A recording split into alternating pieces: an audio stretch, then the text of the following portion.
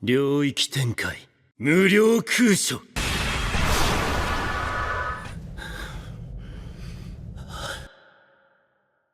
A sorcerer whines over the phone that stashing a high-grade cursed object in an outdoor instrument shed is a joke of a job. Easy money. Meanwhile, 3 occult club kids huddle over a spirit board asking it which animal the student council president is going to lose to. The room dies laughing at the answer, right up until the president himself throws the door open. So the athletics advisor challenges the kid to a fair and square match to settle the whole club argument once and for all. His throw blurs through the air and smashes into a soccer goal roughly 30 meters away. Argument over. Back with the occult crew, he sincerely asks them to let him stay, because he actually likes being one of them. Then he clocks the time past 4:30 and bolts. At the hospital, he steps into his grandfather's room just as the old man announces he has something to say in his final moments. The old man turns over in bed and tells him plainly that since he is strong, he needs to use it to help people, and to make sure he dies surrounded by a crowd, so he never ends up alone. By the time Yuji pushes for one more answer, his grandfather has already passed. Down at the front desk, a stranger corners him, introduces himself as Megumi Fushiguro, and demands the cursed object he is carrying. Megumi opens the box and finds the thing completely gone. Then he tells the kid flatly that his clubmates are definitely going to die. Back at the school, the most dangerous object around turns out to be a severed human finger. Yuji gets close enough to the building for the pressure to slam into him, and instantly knows none of this is a joke. Then his grandfather's dying wish about using that strength snaps him out of it. A